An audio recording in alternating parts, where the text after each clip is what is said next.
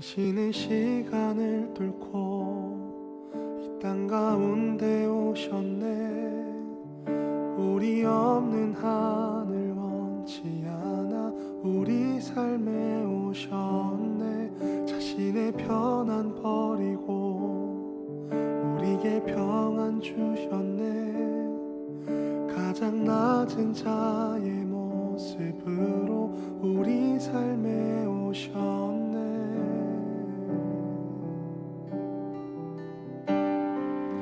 하나님 우리와 영원히 함께 하시네. 꿈 없는 우리에게 그 나라 보여주시네.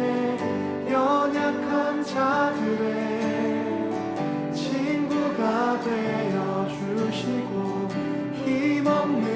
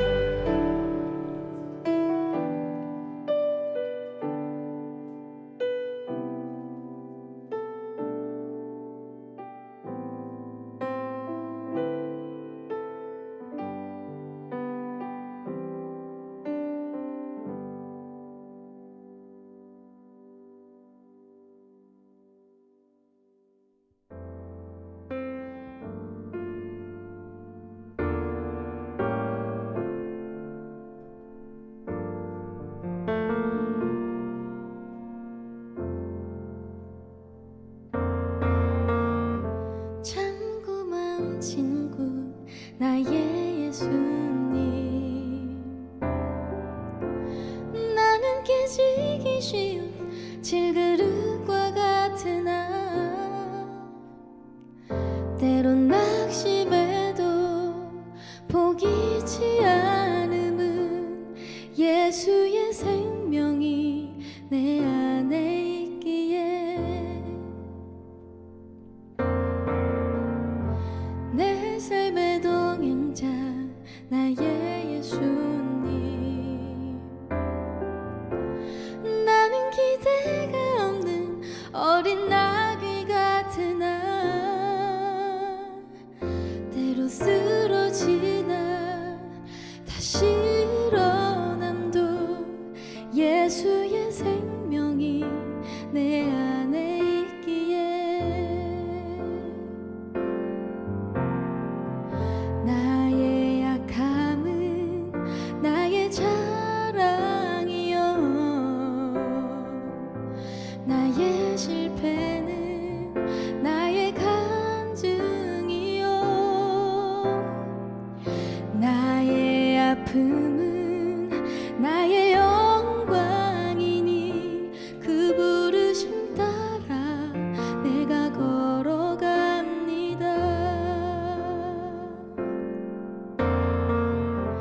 내 삶의 동행자 나의 예수님,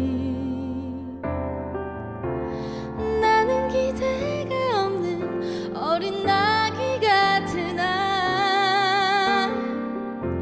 늘 쓰러지나 다시 일어남도 예수의 생명이 내 안에 있기에 나의 약함은 나의 자랑이요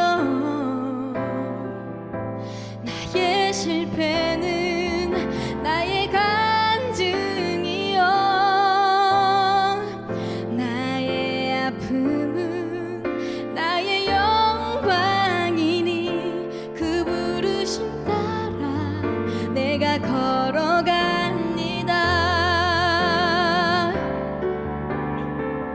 나 가난함은 나의 상급이요 나 미련함도 나의 자랑이요 나 쓰러짐은 나의 고백이니 그 부르심 따라 내가 걸어갑니다.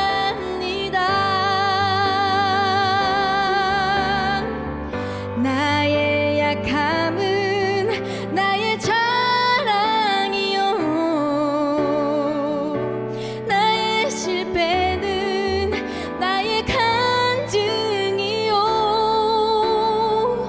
나의 아픔은 나의 영광이니 그 부르심 따라 내가 걸어갑니다.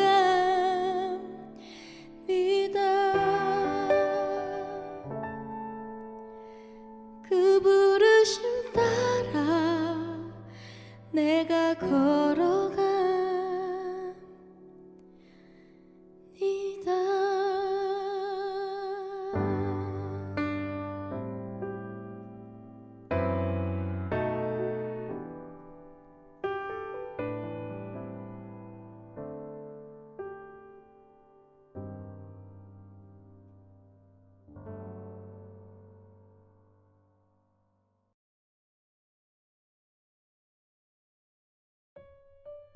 기도드리겠습니다. 사랑의 하나님, 우리 모두를 이 예배의 자리에 모이게 하여 주심을 감사합니다. 지금 현재 코로나 바이러스로 인해서 수많은 사람들이 아파하고 있습니다. 또 이를 이겨나가기 위해서 수많은 사람들이 봉사하고 일을 하고 있습니다. 또 우리는 이 지친 상황 속에서 살아가고 있습니다.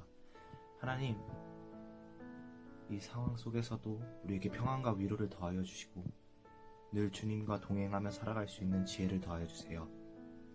우리가 오늘 이 자리에 말씀 듣고 주께 예배 드리려 모였는데 말씀 전하실 목사님에게 말씀의 지혜와 지식을 더하여 주시고 그 말씀이 우리 인생에 우리 지친 삶에서 활력이 되게 하여 주세요. 우리 청년들 올 한 해를 시작하며 기도 제목을 세웠을 텐데 그 기도 제목들 주 안에서 거룩하고 귀하게 이루어가길 간절히 소망합니다. 주님, 이 기도 모두 주님께 올리며 주 예수 그리스도의 이름으로 기도드립니다. 아멘.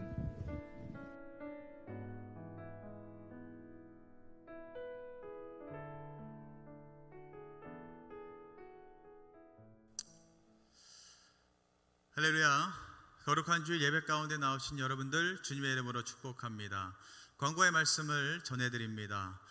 계속해서 예배는 현장에서가 아니라 인터넷으로 드려지고 있습니다. 다음 주일 17일까지도 인터넷에서 예배 드리고 추후에 정부의 방침을 듣고 그 방침에 따라서 현장 예배를 드릴 것이냐 다시 인터넷으로 예배를 드릴 것이냐 결정할 것 같습니다. 여러분 17일까지 여러분 거하는 그곳에서 인터넷으로 영상으로 열심히 예배드리는 청년들이 되었으면 좋겠습니다. 그리고 2021년 말씀 카드를 받기 원하는 친구들은 교회에 오셔서 저에게 오시면 2021년 청년부 말씀 카드가 따로 있거든요. 그 말씀 카드를 전달해 드릴 겁니다. 그리고 2021년 새로 임원으로 뽑힌 분들 그리고 리더분들은 교회에 오셔서 1월달 2월달 생명의 삶 말씀을 가져가셔서 먼저 기도하는 임원, 기도하는 리더가 되었으면 좋겠습니다. 이 시간 우리에게 주신 하나님의 말씀은 마가복음 2장 13절부터 17절까지 말씀입니다. 신약성경 55쪽에 있습니다. 마가복음 2장 13절 17절까지의 말씀을 우리 한 목소리로 함께 합독하도록 하겠습니다. 예수께서 다시 바닷가에 나가심에 큰 무리가 나왔거늘 예수께서 그들을 가르치시니라. 또 지나가시다가 알페오의 아들 레위가 세관에 앉아있는 것을 보시고 그에게 이르시되 나를 따르라 하시니 일어나 따르니라.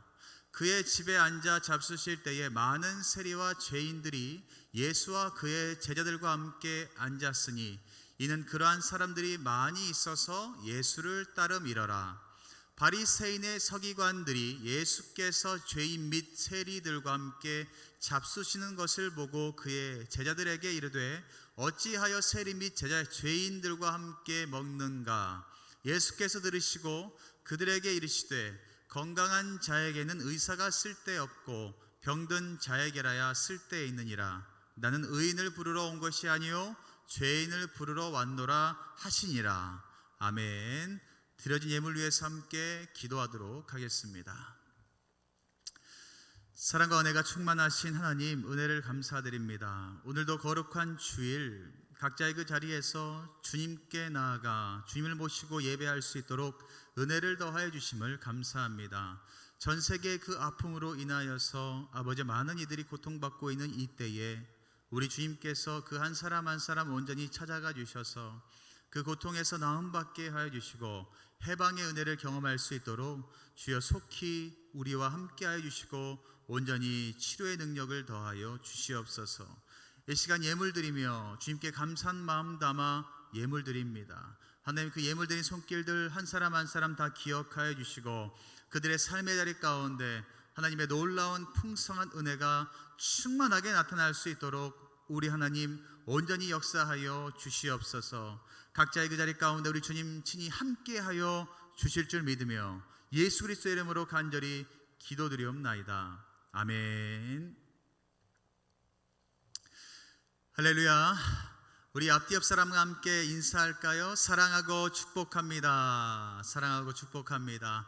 오늘도 예배 자리 가운데 나오신 모든 분들에게 우리 하나님의 놀라운 은혜와 평강이 충만하게 임하시기를 주님의 이름으로 간절히 축원합니다.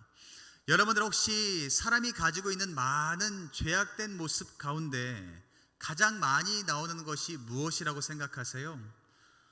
저는 다른 것이 아니라 다른 사람을 무시하는 것, 그리고 다른 사람을 멸시하는 것, 자신보다 낮게 보는 그런 모습이 사람들에게 있어서 가장 많이 나타나는 모습이 아닐까라는 생각을 해보게 됩니다.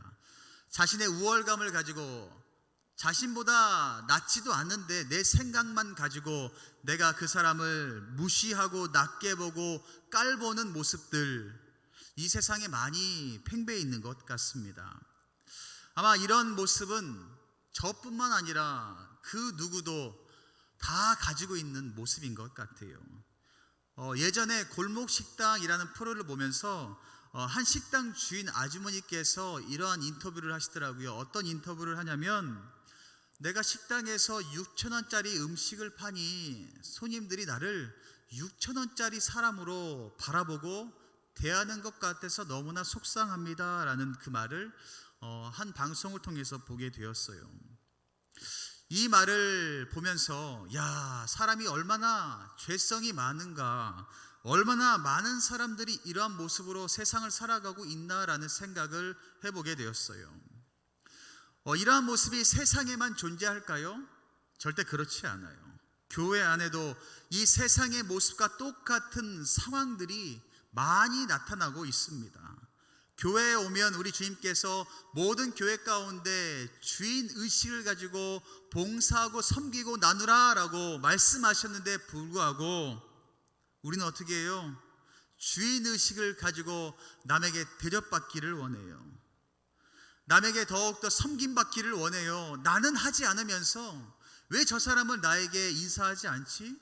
왜 저 사람은 나에게 섬기지 않지? 라고 이야기하는 상황들이 너무나 많이 있습니다.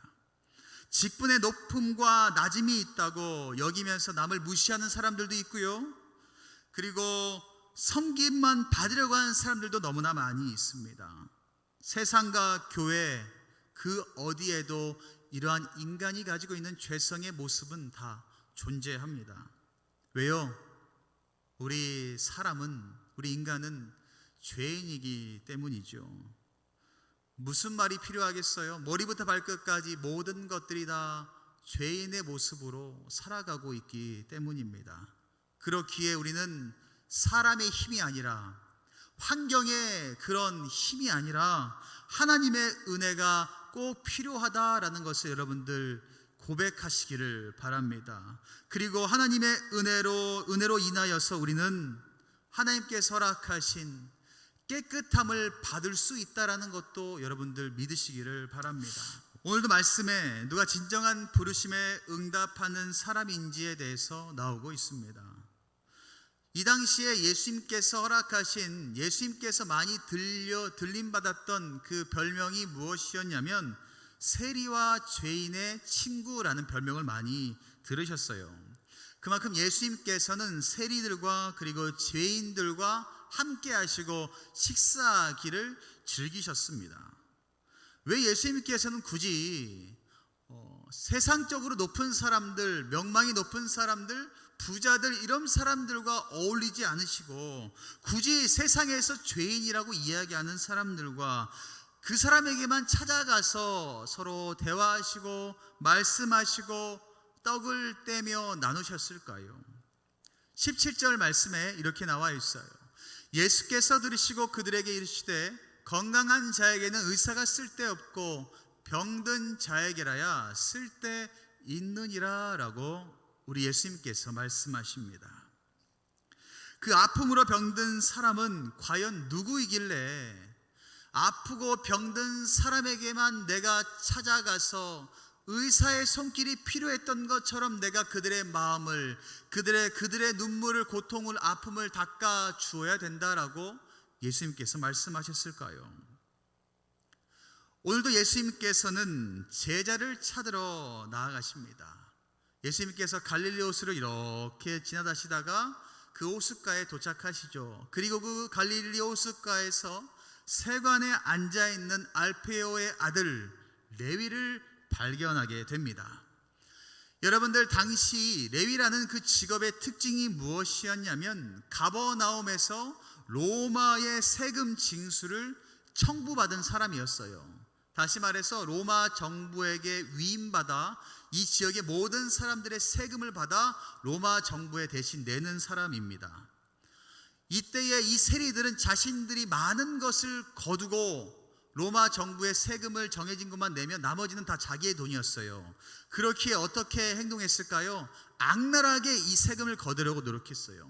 더 많은 것들을 착취하려고 노력했습니다. 그래서 유대인들은 이 세리를 어떻게 평가했냐면 창기와 죄인들과 같이 인정했다라고 이야기합니다. 그리고 심지어는 회당에서도 이 레위들은 출교를 해서 예배를 드릴 수가 없었고요. 그리고 더 나아가 가족들까지도 이 세리를 멸시했습니다. 사람들이 만든 선입견 그리고 그 판단으로 인하여서 어때요? 세리를 죄인이라고 낙인 찍어버립니다. 여러분들은 아는 것처럼 낙인은 한 번 찍히면 절대 지워질 수가 없어요. 그 낙인된 것을 도려내어도 그쪽에는 낙인의 상처가 남아 있습니다. 이 낙인이 찍힌 세리의 삶은 과연 어땠을까요? 철저하게 외로웠을 겁니다. 철저하게 아무도 자신을 주변 가운데 오지 않고 자신을 주변에 두려고 하지 않고 심지어 가족들까지도 그들을 멸시했는데 그들의 마음이 어떻겠어요? 외로운 삶 가운데 누가 찾아오셨다고요? 예수님께서 그 외로움 가운데 서 있는 세리 레위를 찾아오게 됩니다. 아무도 말 한마디 건네지 않는, 그리고 아무도 따뜻하게 눈빛 한번 주지 않던 그 레위에게 예수님께서 이렇게 말씀하세요. 14절 후반에 이렇게 말씀하십니다. 나를 따르라 라고 말씀하십니다. 나를 따르라 라고 말씀하시니 레위가 어떻게 했다고요? 일어나 따르니라 라고 말씀하고 있습니다. 레위에게 있어서 세금 징수는 자신의 생명과도 같은 것이었어요. 생계가 걸린 것이었기 때문에 아무리 사람들이 비난하고 핍박하고 자신을 멀리 할지라도 그 세금 걷는 일을 포기할 수가 없었습니다. 그런데 어때요? 그 세금 걷는 것을 포기하면서까지 이 레위는 예수님을 따른다라는 그 결단을 하게 됩니다. 그 결단을 통해서 이 레위가 무엇을 경험할 수 있게 되었어요? 더 이상 비난과 핍박, 억압, 외로움이 아니라 자유함을 경험할 수 있게 되었습니다. 동족에게 세금을 징수하며 비난을 받던 그 어려움, 죄책감, 외로움에서 벗어나 이제는 자유함을 얻게 되는 것이죠. 마치 교회의 그 사역을 하는 것과 비슷하지 않으세요? 교회에서 맡겨주신 하나님의 일들을 감당할 때에 어떻게 감당해요? 자신의 시간도 내어놓고 물질도 내어놓고 주님의 일을 열심히 감당하면 마음 가운데 뭐가 찾아와요? 평안이 찾아오고 감사함이 찾아오고 자유함이 몰려올 때 있지 않으세요? 여러분들의 삶 가운데 주님께서 허락하신 그 자유함이 넘쳐났으면 좋겠어요. 근데 그 자유함은 누가 만들어줄 수 있다고요? 내가 만드는 것이 아니라, 내 옆에 있는 사람이 만들어주는 것이 아니라, 물질과 환경과 높고 낮음이 만들어주는 것이 아니라 하나님의 은혜, 우리 주님께서 친히 찾아와 주실 때만 여러분들의 삶 가운데 자유함이 나타난다라는 것을 꼭 기억하시기를 바랍니다. 그렇기에 우리는 무엇을 구해야 될까요? 주님께서 내 마음 가운데 오시라고, 더러워진 내 영혼 가운데 주님 친히 찾아와 달라고 늘 구하셔야 돼요. 그렇게 구하실 때에 우리 주님께서 찾아와 주시고 우리에게 자유함을 허락해 주신다라는 것을 여러분들 꼭 기억하시기를 바랍니다. 그러면서 또 예수님께서 말씀하신 그 레위에게 나를 따르라 라고 말씀하신 그 이유가 무엇이냐면, 우리 주님께서 허락하신 일에는 직업에 귀천이 없음을 명확하게 사람들에게 이야기하고 있습니다. 그 어느 직업도 하나님께서 맡기신 그 일을 감당하는 데 있어서 걸림돌이 되지 않는다는 것이죠. 그 걸림돌을 누가 만들었을까요? 사람들이 만들었어요. 야, 어떻게 저 사람이 권사의 직분을 감당해? 야, 어떻게 저 사람이, 저렇게 가난한 사람이 집사의 직분을 감당해? 야, 저렇게 학력이 낮은 사람이 어떻게 리더가 돼? 누가 만들었다고요? 사람들이 만들었어요. 사람들이 판단하고 사람들이 걸림돌로 그 사람 앞에 세워놓았어요. 그런데 아세요? 우리 예수님은 레위를 부르세요. 우리 예수님은 병든 자를 부르세요. 우리 예수님은 창기도 부르세요. 왜요? 하나님께서 쓰시겠다라고 말씀하기 때문입니다. 예수님께서는 레위의 무엇을 보셨냐면 중심을 보셨어요. 환경을 바라보고 사람의 시선, 사람의 그런 소리들 다 의식하지 않으시고 예수님은 레위 한 사람만 바라보셨어요. 우리 주님이 여러분들을 한 사람만 바라보고 계세요. 옆에서 여러분들을 어떻게 평가하든지 간에, 주변에서 여러분들을 어떻게 평가하고 손가락질을 하든지 간에 우리 주님은 결정하시면 그 한 사람만 바라보셔요. 여러분들의 삶 가운데도 우리 주님께서 여러분들을 찾아가실 겁니다. 그리고 결정하실 거예요. 사람들이 뭐라고 이야기하던, 사람들이 뭐라고 말을 하건 나는 너를 쓸 거야. 그러니 나를 따르라 라고 우리 주님께서 분명하게 말씀하실 겁니다. 이제 레위는 그 예수님의 부르심을 받고 결단하게 돼요. 자신의 죄를 깨닫고 예수님 앞에 나가서 가르침을 받고 그 복음으로 인하여서 나음을 받게 되죠. 그리고 그 레위의 집, 레위의 삶의 자리 가운데 예수님과 레위는 함께 들어가게 됩니다. 여러분도 주님께 순종하면 우리 주님께서 여러분들의 삶의 자리 가운데 찾아오십니다. 믿으시기를 바랍니다. 그 순종이 어려워서 그렇지 한번 결정하고 결단하면 우리 주님께서 여러분들의 삶 가운데 찾아가세요. 그리고 자신의 생계를 포기하면서까지 순종하게 되면 손해가 오는 것 같지만 그 이면에 축복이 있다는 것을 여러분들 꼭 기억하시기를 바랍니다. 여러분들 기적을 원하세요? 응답을 원하세요? 그러면 자신의 것을 내려놓았을 때에, 자신의 모든 것들을 다 내려놓고 주님께 순종했을 때에 그때부터 기적이 시작된다라는 것을 여러분들 꼭 믿으시기를 바랍니다. 아무튼 순종을 한 레위의 집에 누가 가세요? 예수님께서 가십니다. 그런데 그곳에 들어가 보니 세상 말로 아주 과간이에요.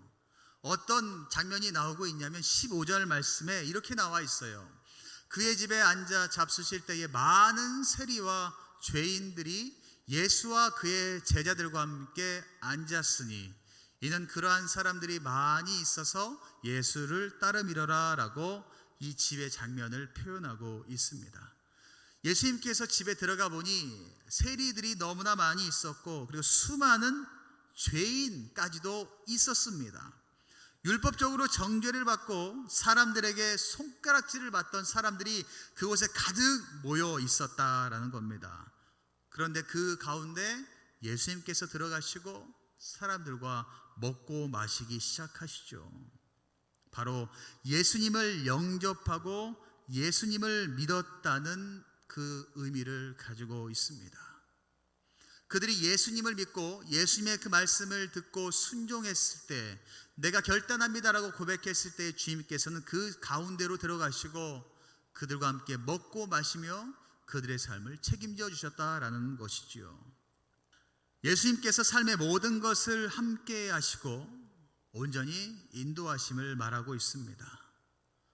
그런데 요즘 몇몇 교회를 보면 이 내용을, 예수님께서 먹고 마셨다라는 내용을 그저 문자 그대로 해석하여서 잘못 이해하는 교회들이 몇몇 있는 것 같아요. 먹는 것에만 초점을 맞추고 공동체라는 이름으로 모여서 이야기하는 교회들이 종종 있더라고요. 예수님께서 먹고 마신다는 것에 포커스를 맞춘 것이 아니라 그들의 삶 가운데 예수님께서 찾아가시고 그들의 삶의 생계를 주님께서 책임져 주셨다, 함께 하셨다라는 것이 성경에서 말하는 것이지, 먹고 마시는 것에 집중하여서 그것을 잘 먹고 잘 나누어야 된다, 이것을 강조하는 것은 아니다라는 것을 여러분들 꼭 기억하세요. 그래서 우리는 분별의 영을 갖고 잘 분별하여서 선택하며 신앙생활을 하는 것이 너무나 중요한 것 같아요. 이렇게 세리의 집에 모인 사람 가운데 두 부류가 있었는데요. 첫 번째 부류가 어떤 부류였냐면 자신이 죄인임을 인정하고 예수님께 모든 것을 맡기기로 했던 세리와 죄인들과 같은 부류, 맡겨서 자신의 모든 죄악된 것들이 씻김받고 치료함을 받았던 사람, 그 사람들을 이렇게 표현하고 있는데요. 뭐라고 표현하냐면 죄인임을 아는 죄인이다라고 표현합니다. 다시 말해서 하나님, 예수님, 제가 죄인인 걸 알아요. 그러니 내 힘으로 안 됩니다. 저 죄인 주님 씻겨주시고 용서해 주세요라고 인정하는 죄인임을 아는 죄인이 있는가 하면, 두 번째로 다른 부류가 있는데요. 이 식사 자리에 모여있던 의인이라고 착각하는 죄인이 있었습니다. 여러분들 잘 아시는 것처럼 모든 사람들은 다 죄인이에요. 하나님, 예수님 빼곤 다 죄인임을 여러분들 꼭 기억하시기를 바랍니다. 나는 죄인이 아니야 라고 이야기하는 사람 잘 살펴보셔야 돼요. 16절에 그 사람들이 누구라고 표현하냐면 바리새인의 서기관이라고 나와 있습니다. 성경에. 바리새인들이 그 자리 가운데 왔어요. 왜요? 죄인이거든요. 주님 품 가운데 나온 사람들은 다 죄인이에요. 그 바리새인도 그 죄인의 모습으로 그 자리 가운데 나왔습니다. 그러면서 이 세리와 죄인들과는 정반대의 모습으로 예수님께 나아가요. 예수님께 물어봅니다. 아니, 예수님, 왜 세리들과 밥을 먹어요? 아니, 왜 예수님 저 죄인들과 같이 밥을 먹습니까? 세리들과 죄인들, 이 더러운 사람들과 밥을 먹는 것 보니 당신도 죄인이군요. 당신도 세리나 죄인같이 배척을 받아야 될 사람이군요 라고 판단하는 모습이 나와 있습니다. 바리새인과 서기관은 다른 사람들과는 다르게 자신들이 의롭다라고 생각하고 있었어요. 그 의로움의 기준은 누가 정했을까요? 바로 자신들이 정했어요. 사람들이 정한 기준 가운데 그들은 보았을 때 의롭다라고 이야기하는 것이었어요. 다른 사람을 정죄하고 비난하고 심지어 예수님의 가르침을 멸시하는 모습까지 나옵니다. 나는 병에 걸리지 않았어요. 그러니 의사 따위 필요 없어요 라고 이야기하는 모습이 나오고 있죠. 우리가 기억할 것은 예수님의 그 가르침, 그 복음은 우리 모두에게 다 열려 있다라는 것입니다. 그 누구나 복음을 들은 기회는 있습니다. 그 복음을 듣고 고침을 받고 고침을 받지 못한 사람의 그 판단 기준은 본인에게 달려 있습니다. 마음을 열고 주님을 모시면 하나님께서 허락하신 복음의 은혜가 있고, 그 복음을 들음에도 불구하고 마음을 닫고 나아가게 된다면 그 복음의 은혜를 경험하지 못하게 된다라는 거죠. 세리와 죄인은 인정하고 복음을 받아 제자도 되고요, 그리고 새 생명까지 얻게 됩니다. 반면에 바리새인과 서기관은 복음을 멸시하여 의인이라고 착각하는 죄인이 되어서 영원한 죄의 자리 가운데 서 있게 되는 것입니다. 사랑하는 모든 우함의 청년 여러분, 혹시 요즘 그리스도인들의 모습이, 그리고 나의 모습이 바리새인과 같진 않은지, 서기관과 같은 선입견으로 신앙생활하며 다른 사람들을 판단하고 있지는 않은지 여러분들의 모습을 한번 돌아보았으면 좋겠습니다. 야고보서 2장 2절과 3절 말씀에 이렇게 나와 있죠. 만일 너희 회당에 금가락지를 끼고 아름다운 옷을 입은 사람이 들어오고 또 남루한 옷을 입은 가난한 사람이 들어올 때에 너희가 아름다운 옷을 입은 자를 눈여겨보고 말하되 여기 좋은 자리에 앉으소서 하고, 또 가난한 자에게 말하되 너는 거기 서 있든지 내 발등상 아래에 앉으라. 이런 고백이 있습니다. 남을 판단하고 정죄하는 우리들 모두 주님 앞에 죄인이다라는 것을 기억하시기를 바랍니다. 그 주변을 나의 시선으로만 바라보지 마시고 내 생각과 내 판단으로 생각하지 마시고 주님의 그 시선으로 사람들을 대하고 인정하는 삶을 살아보면 어떨까요? 예수님께서 죄인이었던 우리를 먼저 찾아오셔서 하나님의 은혜로 제자로 불러주시고 더 나아가 구원을 받게 하신 것, 그 이유가 뭘까요? 우리가 성공하기 위해서, 우리가 잘 먹고 잘 살기 위해서, 그것이 아니라 죄인이었던 너를 내가 건져서 제자로 세웠으니 이제는 저기 세상 가운데 죄로 넘어져 있는 사람들에게 찾아가 그들도 건져야 되지 않겠니? 라는 주님의 말씀이 담겨 있습니다. 우리도 한 주간 한번 노력해 보지 않으실래요? 죄인이었던 나를 건져서 제자로 만들어 주셨던 것처럼 세상 가운데 나아가 죄악으로 인하여서 넘어지는 사람들, 그리고 눈물 흘리고 아파하는 사람들이 있다면 그들에게 찾아가 하나님의 사랑을 나누며 전하는 우리의 모습이 있어야 될 줄 믿습니다. 이런 찬양의 고백이 있더라고요. 세상 사람을 보며 세상을 볼 때 만족함이 없었네. 나의 하나님 그분을 볼 때 나는 만족하였네. 사람을 보고 세상을 보면요 절대 만족할 수 없어요. 우리에게 10억, 100억, 1000억이 있다 할지라도 만족할 수 없어요. 그런데 만족할 수 있는 유일한 방법은 하나님을 바라보시면 돼요. 하나님께서 만들어 놓으신 세상 가운데 거하시면 돼요. 그러면 여러분들의 삶 가운데 레위가 예수님을 따라갔을 때에 경험했던 그 자유함이 여러분들에게도 분명히 찾아온다라는 것을 믿으세요. 우리 주님께서 그렇게 세상 가운데 합당하게 주님만을 바라보며 나아가는 사람들에게 찾아오셔서 이렇게 말씀하실 거예요. 야, 나를 따라오라 라고 말씀하실 겁니다. 여러분들에게 나를 따라와서 함께 복음의 그 길을 만들어보자 라고 우리 주님께서 말씀하실 거예요. 한 주간도 그 복음을 붙잡고 우리 한번 씨름해보기 원합니다. 매일 주님께서 여러분들의 삶 가운데 함께 하여 주시고 여러분들의 삶에 풍성한 열매가 나타나게 하여 주실 줄 믿습니다. 과연 여러분들은 죄인임을 아는 죄인이십니까? 아니면 죄인인지도 모르는 의인이라고 착각하는 죄인의 모습으로 살아가고 있습니까? 그 선택은 여러분들이 하시면 돼요. 그 선택 가운데 우리 주님께서 온전한 길로 인도하여 주실 줄 믿습니다. 기도하겠습니다.